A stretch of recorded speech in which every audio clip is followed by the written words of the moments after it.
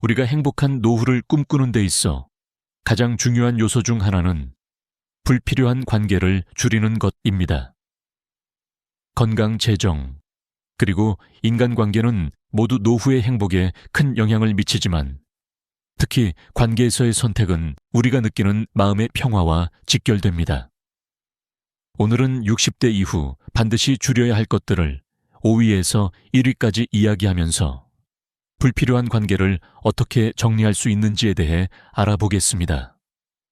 사람마다 중요하게 생각하는 가치는 다를 수 있습니다. 어떤 사람은 돈을 중요하게 생각하고 어떤 사람은 건강을 우선시하며 또 어떤 사람은 사랑하는 사람과의 관계를 중요하게 생각합니다. 그러나 많은 사람들이 공감할 수 있는 한 가지는 불필요한 관계는 반드시 줄여야 한다는 점입니다. 나이가 들수록 사람들은 더욱 간소화된 삶을 추구하게 됩니다. 그 중에서도 불필요한 인간관계를 정리하는 것이 바로 행복한 노후를 만드는 첫 번째 조건이라고 할 수 있습니다. 왜 불필요한 관계를 줄여야 할까요? 이를 이해하기 위해 우리는 먼저 관계가 우리의 정신과 신체에 미치는 영향을 생각해 보아야 합니다. 인간은 본능적으로 사회적 동물이기 때문에 관계에서 오는 스트레스는 우리에게 큰 영향을 미칩니다. 어린 시절에는 다양한 사람들과의 관계를 맺고 그 속에서 자아를 확립하며 살아가지만 나이가 들면서 더 이상 그런 관계가 필요하지 않다는 것을 깨닫게 됩니다. 이해를 돕기 위해 철학자 쇼펜하우어의 말을 예로 들어보겠습니다. 그는 친구란 나와 정신적으로 잘 맞는 사람 한 명만 사귀어도 충분하다라고 말했습니다.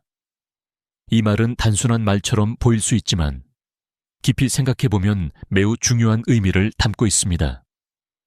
많은 사람들은 관계의 수가 많을수록 그 사람이 가치 있는 사람이라고 생각할 수 있지만 사실은 그렇지 않습니다. 우리가 진정으로 필요로 하는 것은 수많은 사람들이 아니라 정신적으로 깊이 교감할 수 있는 몇 명의 진정한 친구들입니다. 우리가 직장 생활을 하거나 사회 활동을 할 때는 다양한 사람들과의 관계를 유지하는 것이 필요하지만 나이가 들수록 우리는 더 이상 그렇게 많은 사람들과 시간을 보내지 않아도 됩니다. 사실 나이가 들어가는 것은 우리의 몸뿐만 아니라 우리의 마음에도 여유를 주는 시간이기도 합니다. 그 여유를 어떻게 쓸지는 전적으로 우리의 선택에 달려 있습니다. 예를 들어 저의 한 친구는 대학교 동문회에서 총무를 맡고 많은 모임을 주관하며 사람들과 관계를 지속해 왔습니다. 그러나 그는 어느 순간 자신이 너무 많은 사람들과의 관계에 휘둘리고 있다는 것을 깨닫게 되었습니다. 그 친구는 오랜 고민 끝에 불필요한 연락을 끊고 자신에게 진정으로 소중한 몇몇 사람들과만 깊은 관계를 유지하기로 결심했습니다. 그리고 그 후로 그는 정신적인 안정감과 마음의 평화를 느끼기 시작했습니다. 이제 그는 더 이상 많은 사람들과 시간을 보내지 않고 오히려 자신에게 중요한 사람들과의 시간을 더욱 소중히 여깁니다.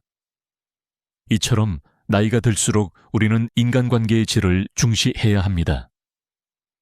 더 이상 사람들과의 관계수를 채우는 것이 중요한 것이 아니라 몇 명의 진정한 친구들과 깊은 관계를 유지하는 것이 행복한 노후를 만드는 핵심이라고 할 수 있습니다. 이를 통해 우리는 더 이상 불필요한 스트레스를 받지 않고 자신만의 평화롭고 만족스러운 삶을 살아갈 수 있습니다. 그렇다면 불필요한 관계를 줄이려면 어떻게 해야 할까요? 첫 번째로, 관계를 유지해야 할 사람을 선별하는 것. 이 중요합니다. 나와 깊은 관계를 맺을 수 있는 사람은 누구인지, 그리고 그 관계가 내 삶에 긍정적인 영향을 미치는지 스스로 점검해야 합니다. 일시적인 관계나 나에게 정신적인 부담을 주는 관계는 과감히 정리하는 것이 필요합니다. 관계를 정리한다고 해서 냉정하게 사람을 배제하는 것이 아니라 내가 더 이상 필요 없는 관계에는 거리를 두는 것입니다. 또한 우리가 살아가는 사회에서 많은 사람들이 사회적 이미지를 중요시합니다. 결혼식이나 장례식에 참석할 때 사람들이 북적이는 모습을 보며 자신도 그 속에 끼어야 한다는 압박감을 느끼곤 합니다. 그러나 진정한 가치는 사람들의 수가 아니라 내가 진정으로 소중히 여기는 사람들과의 깊은 교감입니다. 결국 노후의 행복은 정말 소중한 사람들과의 관계를 통해 이루어집니다. 나이가 들수록 우리는 더 이상 사람들 사이에서 인정받으려 하지 않게 됩니다. 진정한 행복은 내가 선택한 사람들과 내 마음을 나누는 깊은 관계에서 오는 것임을 깨닫게 됩니다. 불필요한 관계를 정리하고 진정한 우정과 사랑을 지켜나가는 것이 행복한 노후를 위한 첫걸음이 될 것입니다. 우리가 나이가 들수록 욕심을 줄이는 것이 얼마나 중요한지에 대해 많은 사람들은 동의할 것입니다. 젊은 시절에는 많은 사람들이 더 많은 돈을 벌고 더 많은 성취를 이루려고 합니다. 하지만 60대 이후에는 삶의 방식이 달라져야 합니다. 과거의 성취나 물질적인 것들이 더 이상 가장 중요한 기준이 되지 않습니다. 그 대신 우리가 진정으로 중요한 것은 현재의 삶을 어떻게 잘 지키며 조금 더 간소화하고 여유롭게 살아갈 수 있을지에 대한 고민입니다. 많은 사람들은 노후에 들어서도 여전히 많은 돈을 벌고 싶어 합니다. 예를 들어 주식 투자, 부동산 투자 또는 여러 가지 돈을 벌 수 있는 기회를 잡으려는 욕심을 품고 살아가는 경우가 많습니다. 그러나 욕심이 과하면 그만큼 더 큰 리스크와 불안정성을 초래할 수 있습니다. 나이가 들어서 하는 투자는 그만큼 위험 부담이 크고 잘못된 선택이 오래 회복하기 어려운 손실을 불러올 수 있습니다. 한 가지 예를 들어 보겠습니다. 제 친구의 아버지는 은퇴 후에도 계속해서 투자에 대한 욕심을 놓지 않으셨습니다. 주식시장에서 빠르게 돈을 벌 수 있다는 생각에 매일 하루도 빠짐없이 투자하고 분석했습니다.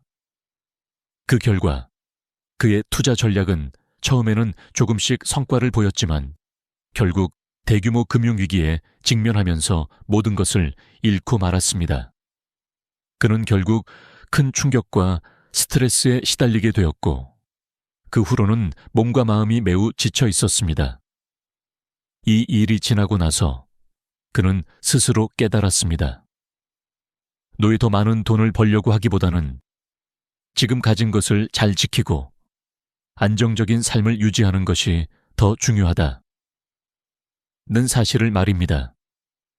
그렇습니다. 나이가 들수록 더 많은 욕심을 쫓는 것보다는 현재 가지고 있는 것을 잘 지키는 것이 중요합니다. 경제적 안정성과 심리적인 평온을 우선시하는 것이 바로 행복한 노후를 위한 중요한 요소입니다. 그렇다면 우리가 어떻게 이런 욕심을 줄이고 삶을 더 간소화할 수 있을까요? 첫 번째로 안정적인 수입원을 찾는 것이 중요합니다. 많은 사람들이 은퇴 후에는 더 이상 일을 하지 않거나 경제적인 안정성이 흔들리기 때문에 스트레스를 받습니다. 하지만 은퇴 후에도 일정한 수입을 얻을 수 있는 방법을 찾는다면 그만큼 마음의 여유도 생기고 더 이상 돈에 대한 걱정에서 벗어날 수 있습니다. 예를 들어 연금이나 안정적인 부동산 투자는 비교적 안정적인 수입원을 제공할 수 있습니다. 두 번째로 욕심을 줄이는 중요한 방법은 작은 기쁨에 감사하는 마음을 가지는 것입니다. 많은 사람들이 삶의 작은 기쁨을 놓치고 더 큰 목표를 향해 달려갑니다. 하지만 나이가 들수록 중요한 것은 작은 일에서 행복을 찾는 것입니다. 예를 들어 아침에 커피 한 잔을 마시며 하루를 시작하는 것, 가족과 함께 조용한 시간을 보내는 것, 마당에서 꽃을 돌보는 것과 같은 작은 행복이 결국에는 더 큰 만족감을 줍니다.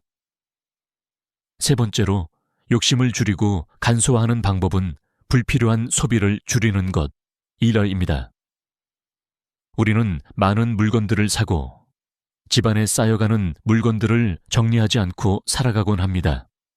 하지만 물건이 많을수록 그만큼 관리해야 할 것이 많아지고 우리의 정신적인 부담이 커집니다. 나이가 들수록 소유물보다는 경험과 추억이 더 중요한 자산이 됩니다. 그렇기 때문에 필요 없는 물건을 버리고 더 중요한 것들에 집중하는 것이 중요합니다. 그리고 너무 많은 물질적 욕망을 추구하기보다는 내면의 성장과 마음의 평화를 추구하는 삶을 살아가야 합니다. 예를 들어 명상이나 독서, 자연과의 교감은 우리의 마음을 편안하게 하고 삶의 깊이를 더해주는 중요한 활동들입니다. 이와 같은 방식으로 우리는 점차 욕심을 줄여가며 더 단순하고 평화로운 삶을 살아갈 수 있습니다. 욕심을 줄이기 위해서는 자신의 내면을 돌아보며 진정으로 중요한 것이 무엇인지 깨닫는 과정이 필요합니다. 적당히 살아가자는 마음가짐이 바로 우리가 노후에 더 행복하고 평화롭게 살 수 있는 비결입니다. 여러분도 한번 생각해 보세요. 지금까지 추구해온 욕망들 중에서 정말 중요한 것이 무엇인지, 그리고 그 욕망을 줄이고 나면 얻을 수 있는 평화와 여유가 무엇인지 고민해 보세요. 그때가 되면 여러분은 더 이상 물질적 욕망에 끌려다니지 않고 진정으로 의미 있는 삶을 살아갈 수 있게 될 것입니다. 나이가 들어가면서 우리의 몸은 더 이상 젊었을 때처럼 빠르게 회복되지 않습니다. 그래서 우리는 더 신경 써야 할 부분들이 많아지죠. 그 중에서도 탄수화물 섭취를 줄이는 것은 노후 건강을 지키는데 중요한 역할을 합니다. 나이가 들수록 몸의 신진대사가 느려지고 소화 기능이 떨어지며 체중 증가나 만성 질환에 걸릴 위험이 커지기 때문에 식습관에 신경을 써야 합니다. 왜 탄수화물을 줄여야 할까요? 먼저, 탄수화물은 우리 몸에서 에너지원으로 사용되지만 그 과잉 섭취는 혈당 수치를 급격히 높여 당뇨병, 심혈관 질환, 비만 등을 일으킬 수 있습니다. 특히 노년기에 접어들면서 과도한 탄수화물 섭취는 신체에 더 큰 부담을 주기 때문에 섭취량을 적절히 조절하는 것이 필요합니다. 한 예로 한국의 노인층에서 흔히 발생하는 질병 중 하나는 당뇨병입니다.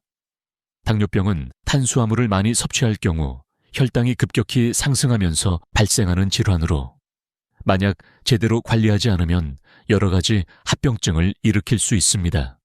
최근의 연구에 따르면 탄수화물을 과다하게 섭취하는 노인들이 특히 당뇨병에 걸릴 확률이 높다고 밝혀졌습니다.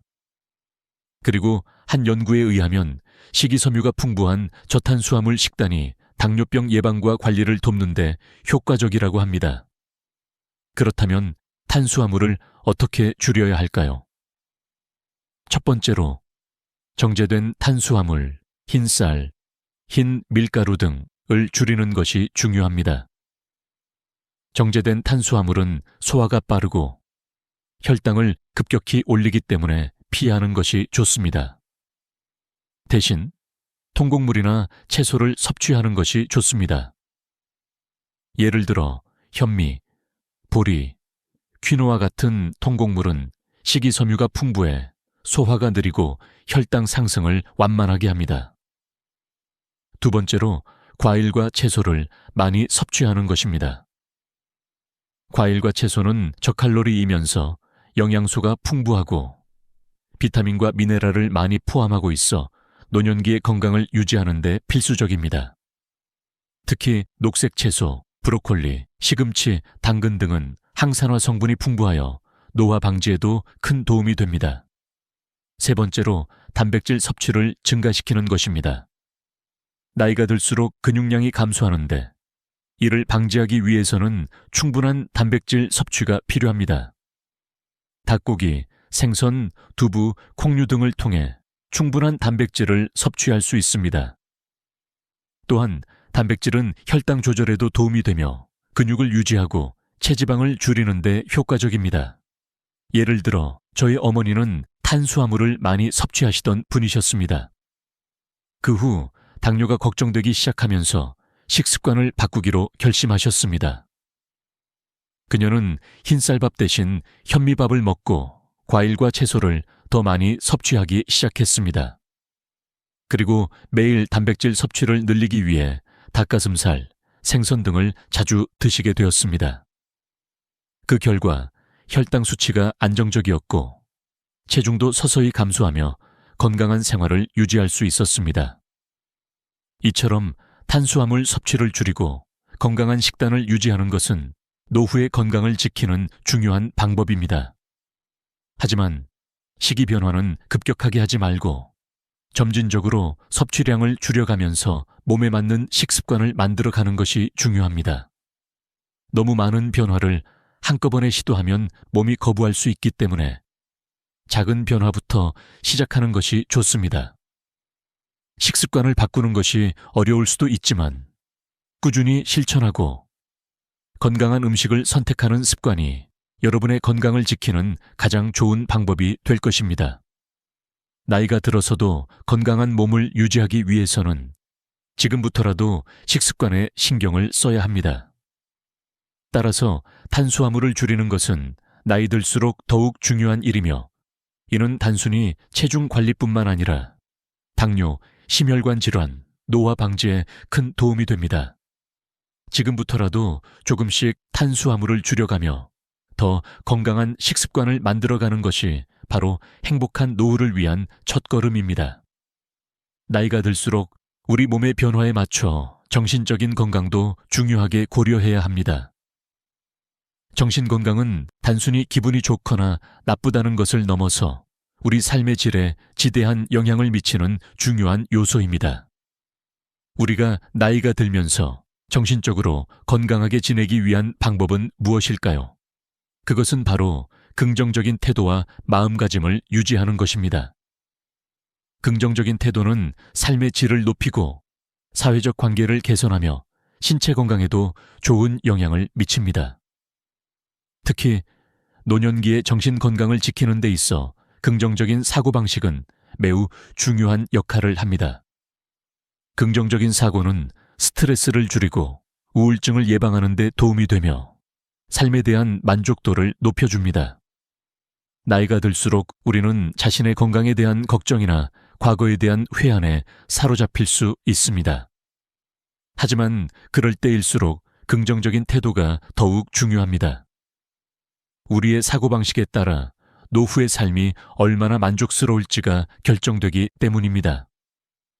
긍정적인 태도를 유지하는 방법은 여러 가지가 있습니다. 우선 감사하는 마음을 가지는 것이 첫 번째입니다. 하루하루의 작은 기쁨에 감사하는 마음을 가지면 삶에 대한 만족도가 높아집니다.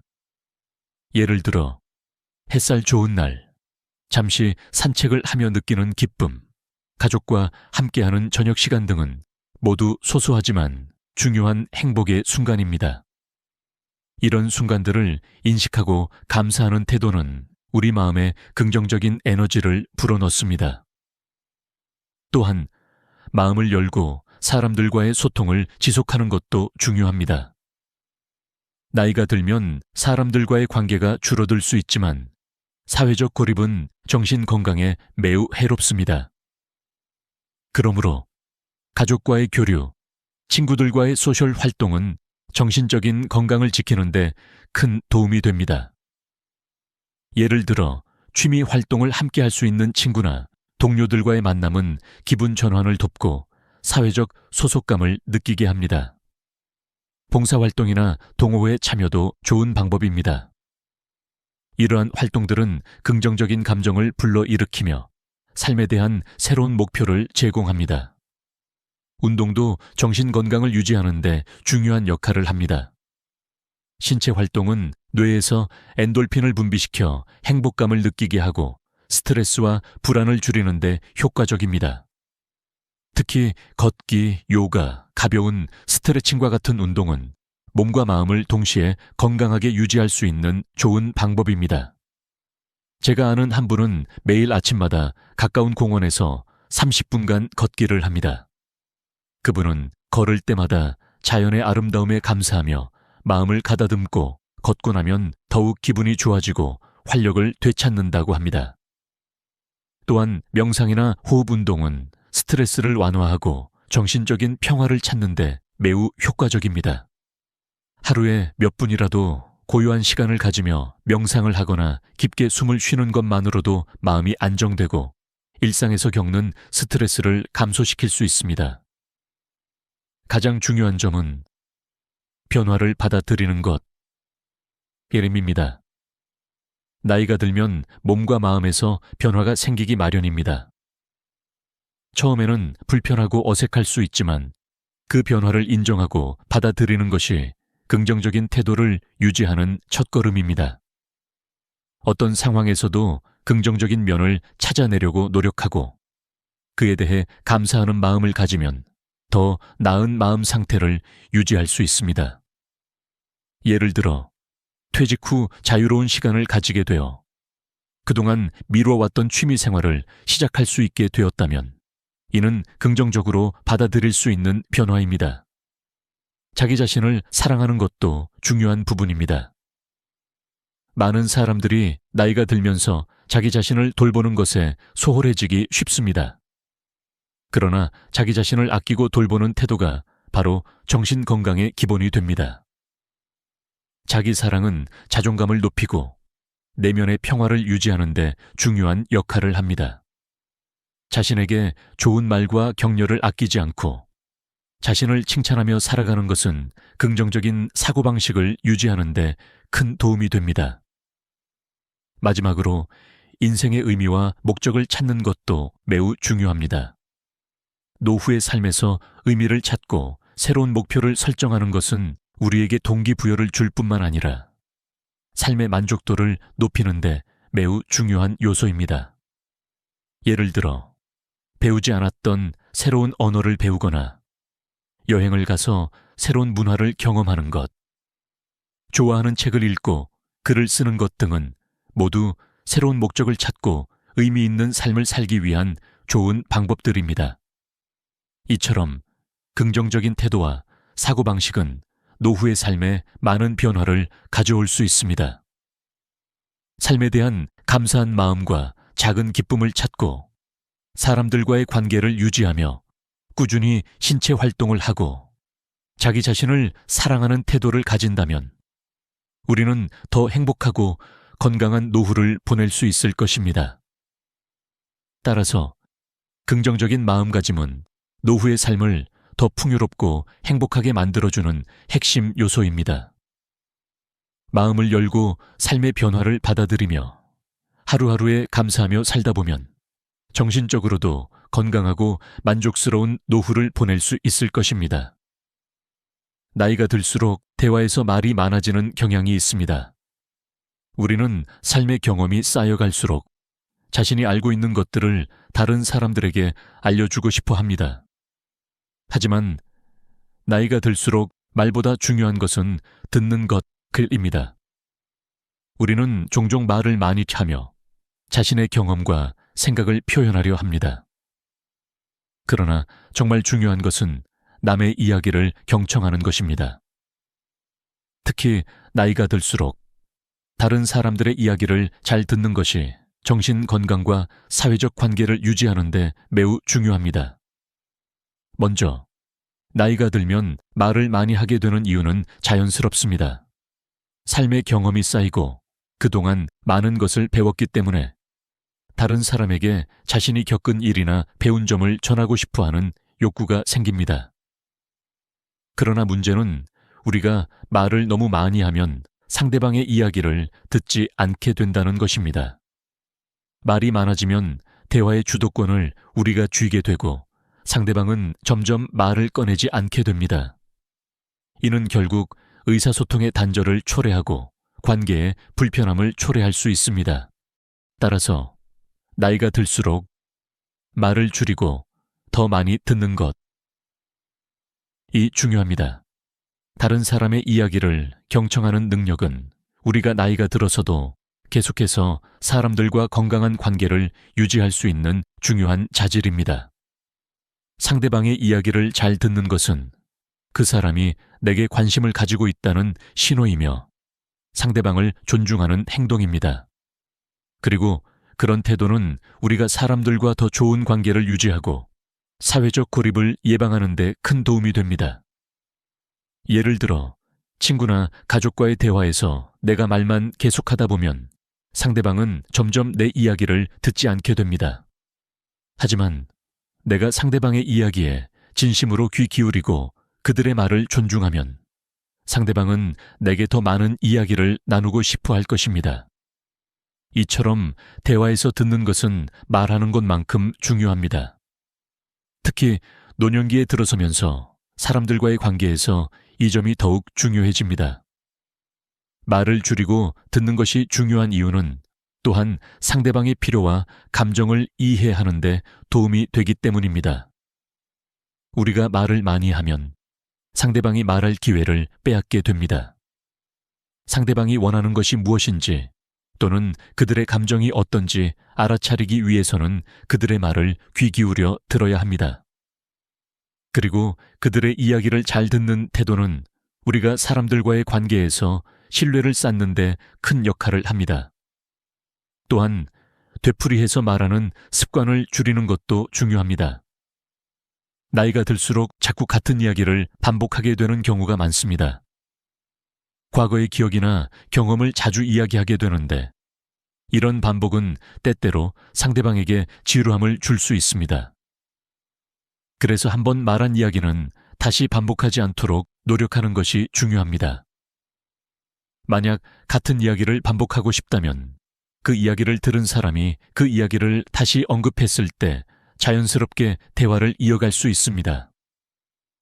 중요한 점은 대화에서 새로운 주제와 내용을 덧붙이며 상대방이 흥미를 잃지 않도록 노력하는 것입니다. 예를 들어 가족과 함께 저녁을 먹으면서 같은 이야기를 반복하는 경우가 있습니다. 그럴 때 상대방은 점점 더 관심을 잃게 됩니다.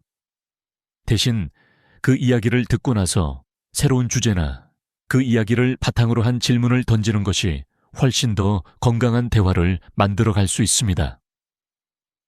그 이야기를 들으니 생각난 건데 예전에 우리가 같이 갔던 여행에서 이 일이 있었던 것 같아. 또는 그때 그 사람의 반응이 정말 인상적이었지. 이런 식으로 대화를 확장하면 대화가 활기차고 상대방이 더 많은 이야기를 나누고 싶어 하게 됩니다. 푸념을 줄이는 것도 중요합니다. 나이가 들면 자연스럽게 건강 문제나 경제적 어려움에 대해 많이 푸념하게 됩니다. 하지만 이런 푸념이 지나치면 주변 사람들에게 부담을 주고 그들과의 관계를 어렵게 만들 수 있습니다. 대신 불편한 점이 있을 때는 차분하게 이야기하고 그 상황에서 해결할 수 있는 방법을 함께 찾아보는 태도가 훨씬 더 긍정적이고 생산적입니다.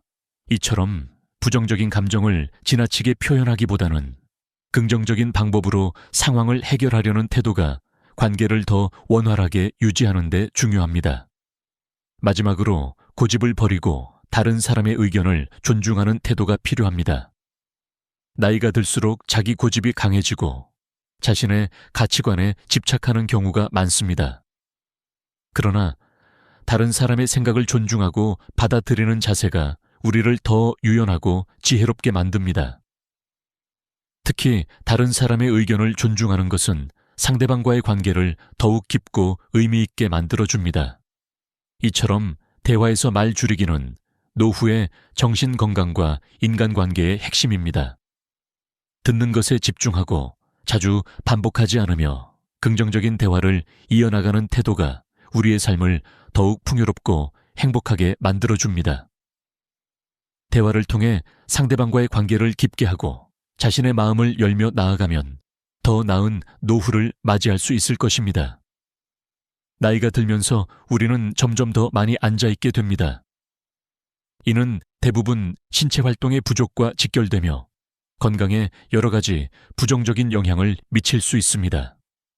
특히 오래 앉아있는 시간이 늘어나면 우리의 근육이 약해지고 혈액순환이 느려지며 체중 증가와 만성질환에 걸릴 위험이 커집니다.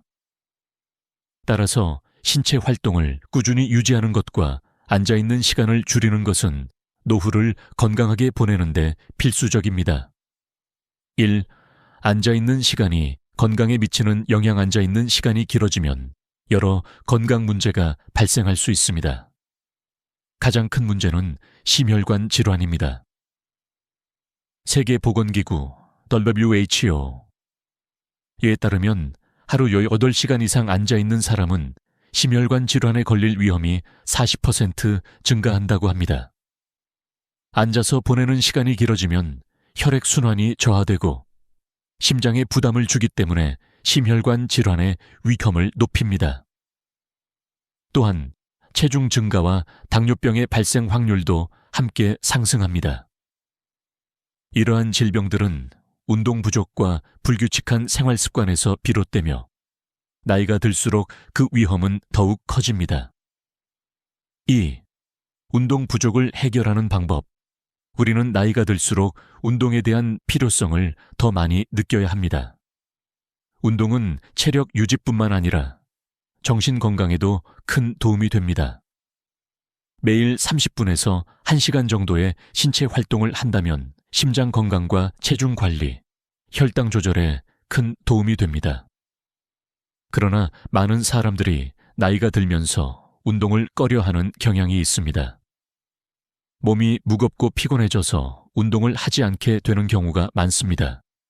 하지만 꾸준한 운동이야말로 건강한 노후를 위한 가장 중요한 열쇠입니다. 운동은 반드시 헬스장에 가거나 고강도의 운동을 해야 하는 것이 아닙니다. 걷기와 스트레칭, 가벼운 요가와 자전거 타기 등 일상에서 쉽게 할 수 있는 운동들이 많습니다. 예를 들어 매일 아침에 가벼운 스트레칭을 하거나 점심 후 30분간 산책을 하는 것만으로도 건강에 큰 도움이 됩니다. 실제로 90세 이상의 장수 노인들을 조사한 연구에서는 그들이 매일 조금씩이라도 운동을 하며 생활했음을 발견했습니다. 이러한 운동 습관은 활동적인 노후를 만드는 데 중요한 역할을 합니다. 또한 자신이 즐길 수 있는 운동을 찾는 것이 중요합니다. 예를 들어 댄스나 가벼운 요가는 나이가 들어서도 꾸준히 할 수 있는 운동입니다. 제가 아는 한 분은 매일 아침마다 음악에 맞춰 댄스를 합니다. 그분은 댄스를 하면서 체중도 관리하고 스트레스도 해소하며 매일 즐겁게 하루를 시작한다고 합니다. 이처럼 운동을 즐기며 지속할 수 있는 방법을 찾는 것이 중요합니다. 3. 앉아있는 시간을 줄이는 방법. 앉아있는 시간이 길어지면 몸에 부정적인 영향을 미친다는 것을 이미 알고 있습니다. 그럼에도 불구하고 많은 사람들이 하루 종일 앉아서 일을 하거나 TV를 보면서 시간을 보냅니다. 이러한 습관을 바꾸는 것이 건강한 노후를 위한 첫 걸음입니다. 앉아있는 시간을 줄이기 위해서는 하루 중 자주 일어나서 스트레칭을 하거나 걸어다니는 습관을 들이는 것이 중요합니다. 예를 들어 1시간에 한 번씩 일어나서 5분 정도 걸어다니거나 스트레칭을 해보세요. 또한 짧은 거리라도 걸어다니는 습관을 기르는 것도 매우 효과적입니다. 자동차를 타고 다니기보다 가까운 거리에서는 걸어다니거나 계단을 이용하는 것이 건강에 큰 도움이 됩니다. 하루 중 앉아서 보내는 시간이 많다면 오후나 저녁에는 가볍게 산책을 하거나 집에서 간단한 운동을 하는 것을 시도해 보세요. 작은 변화가 건강을 지키는 큰 차이를 만들 수 있습니다. 4. 앉아있는 시간을 줄이기 위한 구체적인 방법.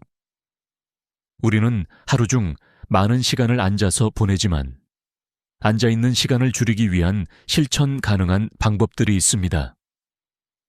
예를 들어 집에서 일하는 경우에는 서서 일할 수 있는 책상을 사용하는 것도 좋은 방법입니다.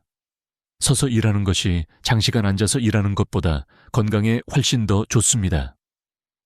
또한 운동을 하지 않더라도 하루에 몇 번씩 일어나서 가벼운 스트레칭을 한다면 혈액순환을 촉진하고 피로를 해소하는 데 도움이 됩니다.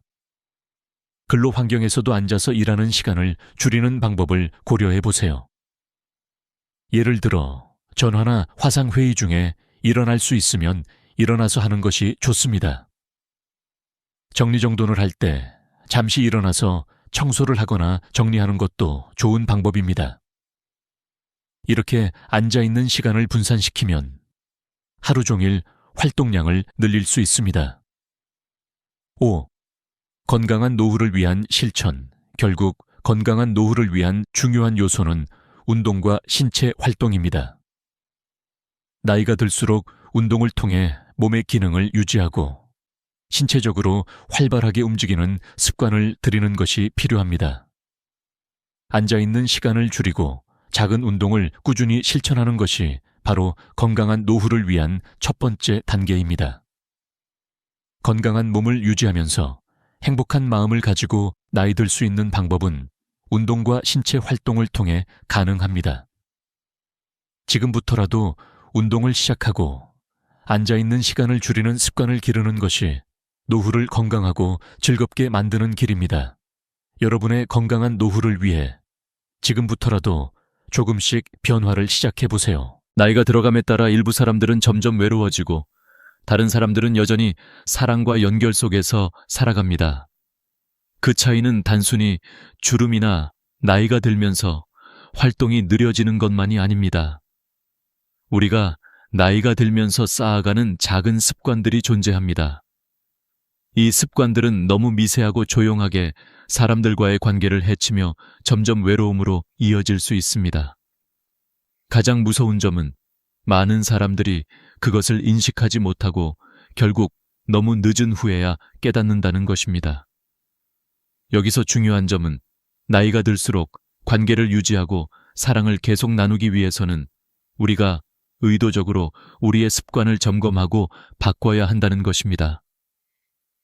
자기 자신을 사랑하는 법이라고 말할 수 있을지도 모르겠지만 이는 단순한 자기애를 넘어 다른 사람과의 연결을 유지하는 중요한 행동으로 작용합니다. 예를 들어 71세의 은퇴한 사서인 줄리 주리의 이야기를 통해 이 점을 확인할 수 있습니다. 그녀는 항상 자신의 삶에 대해 긍정적인 태도를 유지하고 사람들과의 관계도 잘 유지하려 했습니다.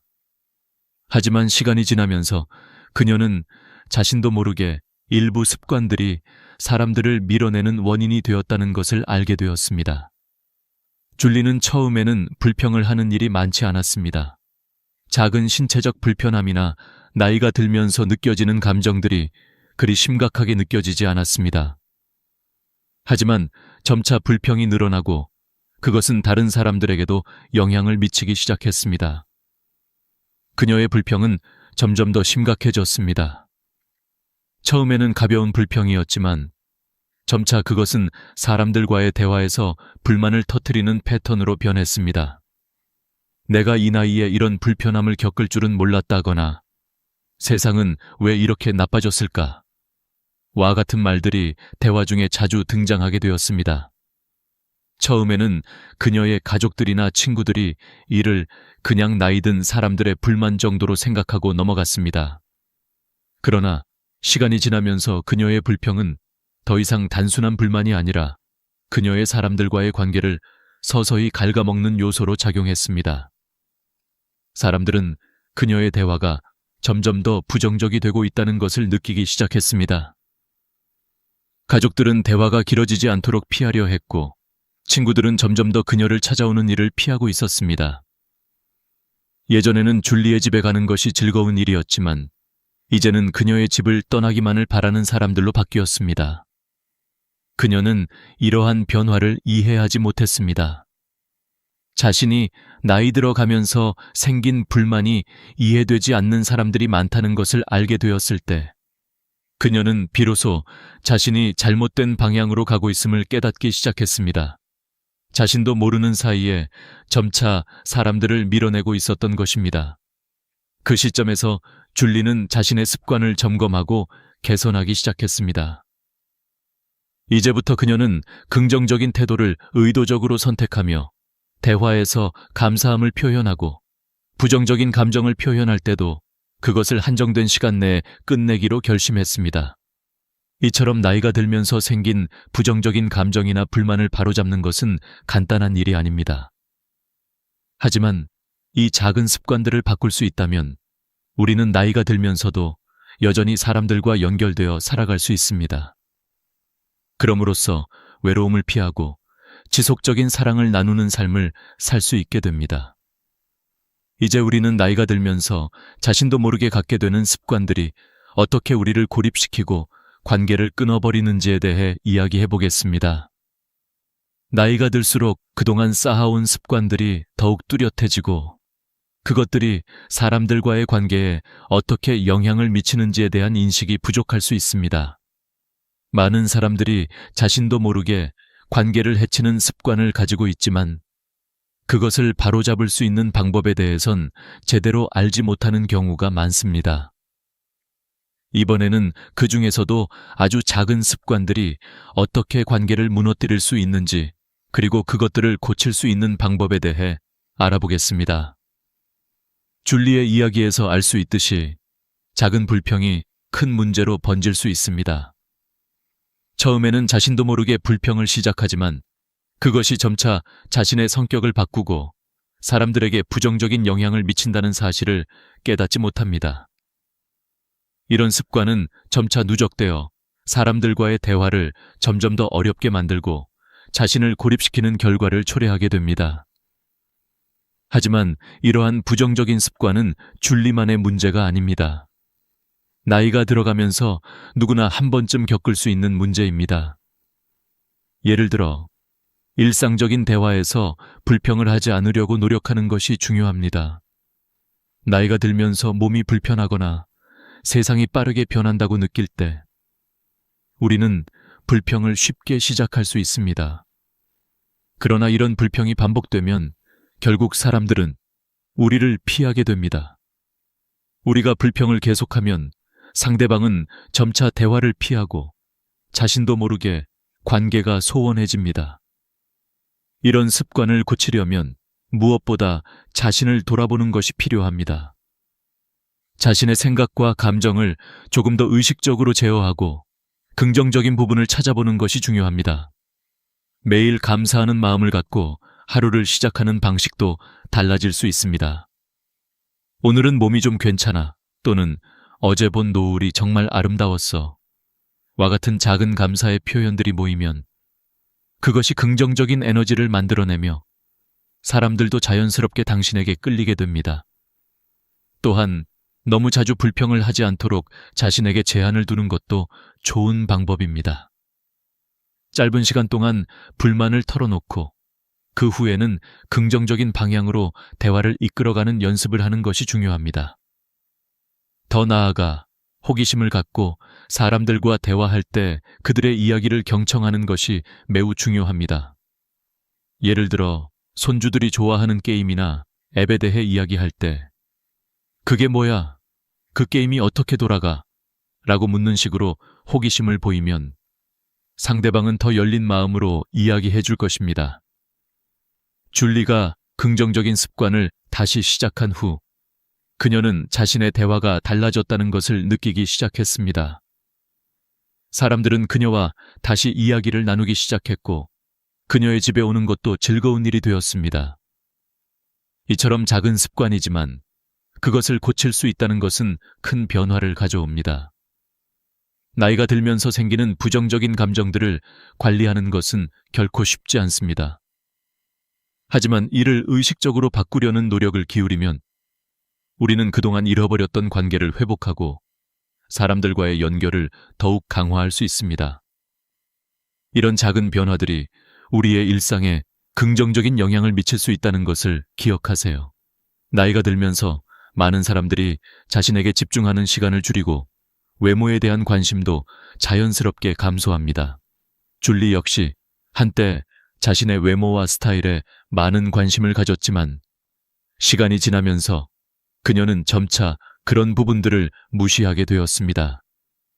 그녀는 이제는 누구에게 보여줄 필요가 없으니 신경 쓸 필요 없다는 생각을 가지게 되었습니다. 하지만 외모를 가꾸는 것은 단순히 다른 사람에게 잘 보이기 위한 것이 아니라 자기 자신을 존중하고 자신의 존재감을 인식하는 중요한 방법입니다. 줄리가 점점 외모를 신경 쓰지 않으면서 그녀의 자존감도 점차 낮아졌습니다. 처음에는 자신에게 큰 변화가 없다고 느꼈지만 시간이 지나면서 그녀는 사람들이 자신을 다르게 대하는 것을 느꼈습니다. 길을 걸을 때 예전에는 사람들이 그녀에게 미소를 보내며 인사를 했지만 이제는 대부분 사람들이 지나쳐 버렸습니다. 예전에는 동네 사람들이 그녀의 옷차림이나 향수에 대해 칭찬을 했지만 이제는 그런 일도 거의 없었습니다. 여기서 중요한 점은 외모를 가꾸는 것이 단지 타인에게 보여주기 위한 것이 아니라는 것입니다. 나이가 들어감에 따라 우리는 자주 외모를 무시하게 되지만 외모가 나와의 관계에서 중요한 역할을 한다는 점을 인식해야 합니다. 외모는 단순한 미적인 부분만이 아니라 자신을 존중하는 방식이며 나이가 들어서도 여전히 자신을 돌보는 습관을 가지는 것이 매우 중요합니다. 이는 자신감을 높여주고 나아가 사람들과의 관계를 유지하는 데도 큰 영향을 미칩니다. 이러한 점에서 줄리는 중요한 변화를 겪게 되었습니다. 그녀는 처음에 작은 변화로 시작했습니다. 옷을 바꿔 입고 화장품을 사용하기 시작하며 머리 스타일도 조금씩 바꾸었습니다. 이런 작은 변화들이 쌓이면서 그녀는 점차 자신감을 되찾았고 사람들 역시 그녀에게 더 따뜻하게 반응하기 시작했습니다. 옷을 입고 거울 앞에 서면서 줄리는 자신이 여전히 젊고 활기찬 사람이라는 느낌을 받았습니다. 그리고 이 느낌은 사람들에게도 전해졌습니다. 실제로 나이가 들어도 자신에게 투자하는 것은 매우 중요한 일입니다.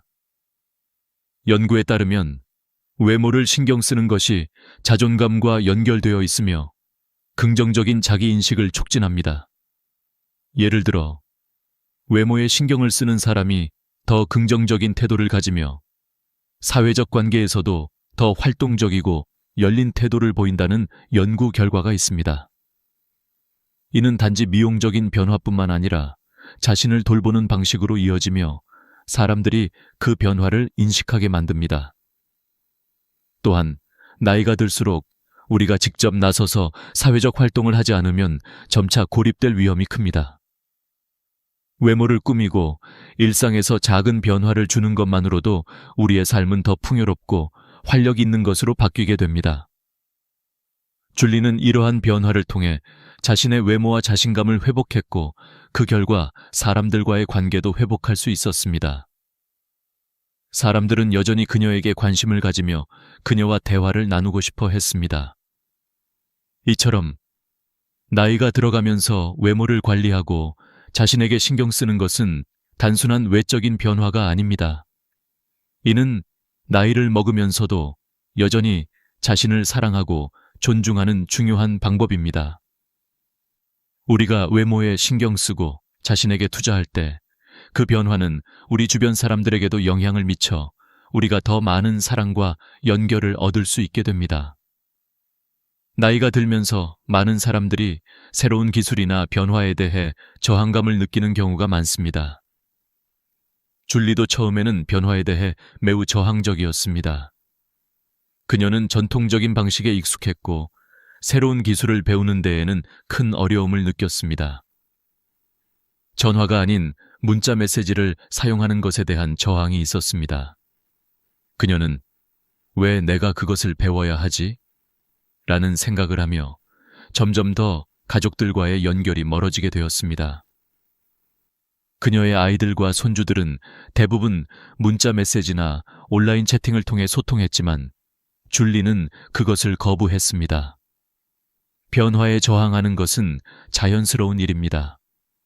특히 나이가 들수록 사람들은 새로운 것을 배우는 것에 부담을 느끼거나 변화에 적응하는 것이 어렵다고 생각할 수 있습니다. 그러나 현실은 변화가 불가피하며 이 변화를 받아들이는 것이 얼마나 중요한지를 알게 될 때 우리의 삶은 더욱 풍요로워질 수 있습니다. 나이를 먹을수록 우리는 과거에 머물지 않고 지속적으로 배우고 성장해야 합니다. 줄리가 점차 변화를 받아들이면서 큰 변화를 겪게 되었습니다. 처음에는 손주에게 문자 메시지를 보내는 법을 배우는 것조차 어려웠지만 그녀는 점차적으로 그 과정을 익혔고 그 결과 손주들과의 소통이 더 원활해졌습니다. 그녀는 매일 사진을 보내고 손주들과 빠르게 연락을 주고받으며 그들의 삶에 더 가까이 다가갈 수 있었습니다. 변화는 단지 기술적인 면에서만 중요한 것이 아닙니다. 사회의 변화를 받아들이는 태도, 사람들이 소통하는 방식에 대한 열린 마음도 매우 중요합니다. 이러한 변화에 대한 열린 마음은 나이가 많아도 여전히 사람들과 연결되어 있고 그들로부터 사랑과 지원을 받을 수 있는 열쇠가 됩니다. 변화는 새로운 것을 배우는 것뿐만 아니라 더 나아가 자신의 생각과 태도를 바꾸는 것입니다. 예를 들어 줄리는 기술을 배우는 것 외에도 손주들이 좋아하는 게임이나 새로운 취미에 대해 배우려고 노력했습니다. 그 게임 재밌어 보이네. 나도 해볼까? 라고 물어보며 그녀는 손주들과의 연결을 강화할 수 있었습니다. 나이가 들어가면서도 끊임없이 배우고 새로운 것을 시도하며 변화를 받아들이는 태도는 사람들과의 관계를 지속적으로 유지하는 데 매우 중요합니다. 변화에 저항하지 않고 오히려 그 변화를 적극적으로 받아들임으로써 우리는 더 많은 사람들과의 연결을 맺을 수 있습니다. 줄리는 처음에 변화를 두려워했지만 결국 그것이 그녀의 삶을 더욱 풍요롭고 의미 있게 만들어주는 열쇠라는 것을 깨달았습니다. 이제 줄리는 손주들과 더 자주 소통하며 그들의 삶에 더 많이 참여하고 있습니다. 문자 메시지나 소셜 미디어를 통해 연락을 주고받으며 과거에는 상상할 수 없었던 방식으로 관계를 이어가고 있습니다. 그녀는 이제 변화를 두려워하지 않고 오히려 그 변화를 통해 새로운 즐거움과 의미를 찾고 있습니다. 변화는 삶을 더욱 풍요롭게 만드는 기회입니다. 나이가 들수록 변화에 열린 마음을 가지고 그 변화를 받아들이는 것이 얼마나 중요한지 깨달을 수 있습니다. 많은 사람들이 나이가 들면서 과거의 기억을 놓지 못하고 그것에 얽매입니다. 줄리도 예외는 아니었습니다. 그녀는 여러 해가 지난 후에도 예전의 추억들을 마음속에서 되새기곤 했습니다. 어린 시절에 받은 선물이나 오래된 가족 사진을 꺼내보면서 그때가 그리워 라고 말하곤 했습니다. 그러나 이렇게 과거에만 집중하다 보면 점점 더 현재의 삶을 즐기지 못하고 미래를 준비하는 데에 실패할 수 있습니다. 줄리는 오랜 시간 동안 물건들을 모아두며 그것들을 버리지 않았습니다. 기념일마다 받은 카드나 오래된 신문들, 한때 자주 입었던 옷들 모두 그녀의 집을 가득 채우고 있었습니다. 그녀는 이 물건들이 그녀의 삶의 중요한 일부라고 생각했고 언젠가 필요할 때 다시 사용할 수 있을 거라는 믿음이 있었습니다. 하지만 시간이 지나면서 그 물건들은 점차 쌓여만 갔고 집은 점점 더 혼잡하고 불편해졌습니다. 처음에는 그녀가 이 물건들을 놓을 수 없다고 생각했지만 시간이 지나면서 그녀는 결국 이 물건들이 자신을 더 이상 돕지 않는다는 사실을 깨달았습니다. 물건들이 쌓여 있을수록 그녀는 점점 더 집을 정리할 수 없었고 그로 인해 정신적으로도 부담을 느끼게 되었습니다. 이러한 상황은 그녀의 삶에서 큰 스트레스 요소가 되었고 결국 그녀는 이 문제를 해결하기로 결심했습니다. 줄리는 하나씩 물건을 정리하기 시작했습니다. 그녀는 먼저 불필요한 신문을 버리고 오래된 카드들은 다른 사람에게 전할 수 있는 것들만 남기기로 했습니다. 그 후 잘 입지 않는 옷들도 정리하며 집을 깔끔하게 정리하기 시작했습니다. 처음에는 너무 많은 물건들이 있었기 때문에 부담스러웠지만 그녀는 조금씩 작은 단위로 정리하기 시작했습니다. 오늘은 한 개의 상자만 정리할 거야 라고 다짐하며 한 번에 많은 것을 하려고 하지 않았습니다. 그 결과 그녀는 점차적으로 집의 공간을 정리하면서 그 속에서 자유로움을 느낄 수 있었습니다. 물건들을 정리하는 것만으로도 줄리는 큰 변화와 자유를 경험하게 되었습니다. 그녀는 과거에 집 안가득 쌓여 있던 물건들이 그녀를 얽매고 있었음을 깨달았고 그 물건들을 놓아버림으로써 심리적인 부담을 덜 수 있었습니다. 또한 물건들을 정리하는 과정에서 자신에게 더 집중할 수 있었고 자신이 진정으로 소중하게 여길 만한 것들을 남길 수 있었습니다. 이 과정에서 중요한 점은 우리가 지나치게 과거에 집착하거나 물건에 의존하는 습관이 우리 삶에 어떤 영향을 미치는지 인식하는 것입니다. 우리가 과거를 붙잡고 있을 때 현재의 삶에 집중할 수 없고 미래에 대한 준비도 할 수 없습니다. 과거를 놓아주는 것은 단순히 물건을 버리는 것만이 아니라 우리가 가진 추억과 감정을 가볍게 내려놓고 현재에 집중하는 방법을 배우는 것입니다. 이는 우리가 더 자유롭고 행복한 삶을 살 수 있게 도와줍니다. 줄리는 결국 물건을 정리하는 것뿐만 아니라 마음속에 쌓인 과거의 감정들까지도 정리하고 놓아주기로 결심했습니다. 그녀는 더 이상 과거에 얽매이지 않고 지금 이 순간을 살아가기로 했습니다. 그리고 이 변화는 그녀의 삶에 큰 긍정적인 영향을 미쳤습니다. 과거를 놓아버린 뒤 그녀는 다시 한번 현재의 삶에 감사하고 미래에 대한 희망을 품을 수 있었습니다. 물건이나 감정을 정리하는 것은 비단 집안만의 일이 아니라 우리의 마음속을 정리하는 일입니다. 이 작은 변화들이 우리의 삶을 훨씬 더 가볍고 풍요롭게 만들어줄 수 있습니다. 나이가 들면서 우리 모두는 어느 시점에서 타인의 도움이 필요하게 됩니다. 그러나 많은 사람들은 자신이 독립적이고 자립적인 사람이라고 느끼며 도움을 거부하기도 합니다. 줄리도 그중 하나였습니다. 그녀는 오랫동안 자신의 가족을 돌보고 이웃을 돕는 것을 당연하게 여겼습니다. 그녀는 내가 할 수 있으면 해야지라는 생각으로 모든 것을 스스로 해결하려고 했습니다. 하지만 시간이 지나면서 점점 더 많은 일들이 힘겹게 느껴졌고 단순한 일도 버거워졌습니다. 어느 날 줄리는 슈퍼마켓에서 무거운 장을 들고 집으로 돌아가던 중 한 젊은 남자가 그녀에게 다가와 말을 걸었습니다. 이거 들어드릴까요? 그는 친절한 미소를 지으며 도와주겠다고 했습니다. 그러나 줄리는 부끄럽고 자존심이 상해 괜찮습니다. 저는 할 수 있습니다. 라고 대답했습니다. 그녀는 그 제안을 거절했지만 집에 돌아와서 무거운 짐을 풀고 나자 더 이상 그 일이 고통스럽지 않다는 생각이 들었습니다. 왜 나에게 도움을 줄 기회를 주지 않았을까? 라는 질문이 그녀의 마음속에 떠올랐습니다. 그녀는 자신이 얼마나 고립된 상태에서 살아왔는지 깨달았고 더 이상 혼자서 모든 것을 해결하려 하지 않기로 결심했습니다. 우리 모두는 자존심 때문에 다른 사람의 도움을 거절하는 경우가 많습니다. 도움을 받는다는 것은 약해지는 것처럼 느껴질 수 있지만 사실 그것은 우리가 서로 연결되고 서로를 돌보는 인간적인 방식입니다.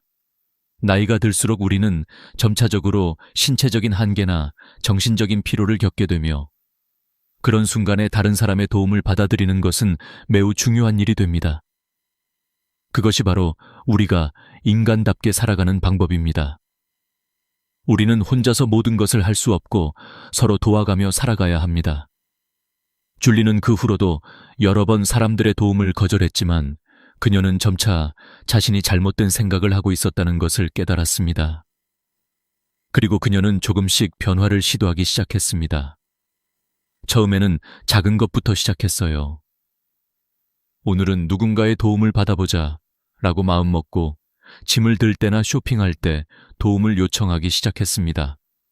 그리고 그 결과 줄리는 사람들과 더 많은 소통을 할 수 있었고 그녀의 삶은 조금씩 더 풍요로워졌습니다. 도움을 받는 것은 약한 것이 아닙니다. 그것은 우리가 인간관계를 유지하는 데 중요한 요소입니다. 도움을 주고받는 것은 신뢰와 관계를 구축하는 첫 걸음이 됩니다. 줄리는 이 단순한 진리를 깨닫고 자신이 고립된 삶을 살아왔음을 인정했습니다. 사람들과의 연결이 점점 더 중요해지는 시점에서 그녀는 이제 더 이상 자존심에 집착하지 않고 필요한 도움을 받기로 마음먹었습니다. 그 결과 그녀는 더 이상 혼자서 모든 짐을 지지 않고 사람들과 함께 나누며 살아가는 삶을 즐기기 시작했습니다. 나이가 들수록 우리의 신체와 정신은 점차 변화합니다. 그 변화에 적응하는 방법은 서로 돕고 다른 사람에게 손을 내미는 것입니다. 다른 사람에게 도움을 주는 것 또한 중요하지만 때로는 우리가 도움을 받는 것 또한 중요합니다. 그러므로 우리는 다른 사람의 손길을 거절하기보다는 그들과 함께 나누는 법을 배워야 합니다. 우리가 서로에게 의지하고 도움을 주고받을 때 비로소 진정한 연결이 이루어집니다. 줄리의 이야기는 우리가 의존하는 것을 두려워하지 않고 서로 돕고 살아가는 것이 얼마나 중요한지를 다시 한번 일깨워 줍니다. 도움을 받는 것은 단순히 물리적인 작업을 넘어서 우리가 살아가는 방식에 큰 영향을 미칩니다. 우리가 서로에게 손을 내밀 때 우리는 서로의 삶을 더욱 풍요롭고 의미 있게 만들 수 있습니다. 그래서 나이가 들어감에 따라 우리가 할 수 있는 것 중 하나는 더 이상 외로움이나 자존심에 얽매이지 말고 사람들과 함께 나누는 삶을 살아가는 것입니다. 이제 우리는 줄리가 삶에서 겪었던 변화를 통해 중요한 교훈을 얻을 수 있습니다. 그녀의 이야기는 나이가 들어감에 따라 발생할 수 있는 여러 가지 문제와 그 문제를 어떻게 해결할 수 있는지에 대한 중요한 통찰을 제공합니다. 줄리가 경험한 변화는 단지 외적인 변화만이 아니라 내적인 변화도 포함되어 있습니다. 그녀는 과거를 놓아버리고 현재에 집중하는 법을 배웠으며 다른 사람들과의 연결을 회복했습니다. 더 이상 부정적인 태도나 자존심에 얽매이지 않으며 변화를 받아들이고 사람들의 도움을 기꺼이 받는 삶을 살아가기로 결심했습니다. 이러한 교훈을 통해 나이가 들어가면서도 여전히 우리가 변화할 수 있고 더 나은 삶을 살 수 있다는 것을 알게 됩니다. 변화는 어렵고 때로는 두렵기도 하지만 변화의 시작은 작은 일에서부터 시작할 수 있습니다. 줄리처럼 우리도 작은 습관부터 바꾸고 사람들과의 관계를 회복하며 새로운 기술이나 방법을 받아들임으로써 삶을 더욱 풍요롭고 의미 있게 만들 수 있습니다. 변화를 두려워하지 말고 열린 마음으로 삶을 대하고 현재와 미래를 향해 나아가는 것이 중요합니다. 오늘 배운 교훈 중 하나는 우리가 과거를 너무 오래 붙잡고 있지 말고 현재와 미래를 살기 위해 그 과거를 놓아주는 것입니다. 물건을 정리하는 것, 부정적인 태도를 버리는 것, 그리고 과거의 감정과 상처를 놓아주는 것은 우리가 더 자유롭게 살아갈 수 있게 만들어줍니다. 또한 우리는 서로에게 손을 내밀고 도움을 주고받으며 살아가는 법을 배워야 합니다. 나이가 들어도 혼자서 모든 것을 해결하려고 하지 말고 다른 사람들과 함께 나누며 살아가는 삶을 선택하는 것이 중요합니다. 그렇다면 여러분은 어떠신가요? 나이가 들어도 계속해서 배우고 변화할 준비가 되어 있나요? 지금 이 순간 여러분도 작은 변화를 시작할 수 있습니다. 나이가 들면서 많은 것이 변할 수 있지만 우리가 그 변화를 받아들이고 사람들과의 관계를 소중히 여기며 더 나은 삶을 살아가려고 노력한다면 우리는 더욱 풍요롭고 행복한 삶을 살 수 있을 것입니다. 이제 여러분에게 질문을 드리겠습니다. 오늘 이 영상을 보시고 어떤 점이 가장 마음에 와닿았나요? 여러분의 삶에서 변화가 필요하다고 느끼시는 부분이 있다면 그것을 어떤 방식으로 시작하실 건가요? 댓글로 여러분의 생각을 나누어 주세요. 여러분의 의견은 저에게 큰 힘이 됩니다. 영상이 마음에 드셨다면 구독 버튼과 좋아요 버튼을 눌러주세요. 더 많은 유익한 영상을 받아보실 수 있도록 알림 설정도 잊지 말아주세요. 여러분의 지속적인 응원에 감사드리며 앞으로도 많은 이야기와 교훈을 함께 나누길 바랍니다. 그럼 다음 영상에서 만나요. 감사합니다. 식탁 위에 따뜻한 밥 냄새가 아직 사라지지도 않은 어느 날, 동네 어르신 세 분이 갑자기 병원 응급실로 실려왔습니다. 같은 공원에서 아침마다 만나던 분들이었고 늘 건강하게 산책을 즐기던 모습이 눈에 선했는데 불과 몇 시간 만에 그렇게 위태로운 모습으로 들어오신 겁니다. 그중 한 분은 다시는 일어나지 못했습니다. 남은 두 분은 간신히 목숨을 건졌지만 그날 이후로는 예전처럼 걷지도 웃지도 못하게 되셨습니다. 이 충격적인 사건은 단순히 의학적인 문제가 아니었습니다. 그저 밥을 먹고 난 뒤에 했던 아주 평범한 습관 하나가 생사를 가르는 결과를 만든 것이었습니다. 저는 내과 의사로서 50년 넘게 수많은 환자들을 만나왔습니다. 의대 교과서에서도 배우지 못했던 진실, 바로 건강은 작은 습관에서 시작된다는 사실을 수없이 확인했습니다. 특히 나이가 들수록 일상의 사소한 행동 하나가 엄청난 결과를 불러올 수 있습니다. 우리가 흔히 별것 아니라고 넘기는 습관이 어느 순간 치명적인 결과로 이어질 수 있는 겁니다. 그래서 오늘은 그 이야기를 하려 합니다. 사람들은 대개 큰 병, 무서운 진단명, 값비싼 약에 주목합니다. 하지만 제가 수십 년간 깨달은 것은 달랐습니다. 진짜 건강은 병원에서 주는 약보다 집에서 쌓이는 작은 습관에서 좌우됩니다. 예를 들어 식사 후 30분, 이 짧은 시간이 얼마나 중요한지 아시는 분은 드뭅니다. 그러나 바로 이 시간 동안 어떤 행동을 하느냐에 따라 남은 10년, 20년의 삶의 질이 완전히 달라집니다. 그렇다면 왜 이런 이야기를 지금 말씀드리는 걸까요? 사실 저 역시 오래전에는 잘 몰랐습니다.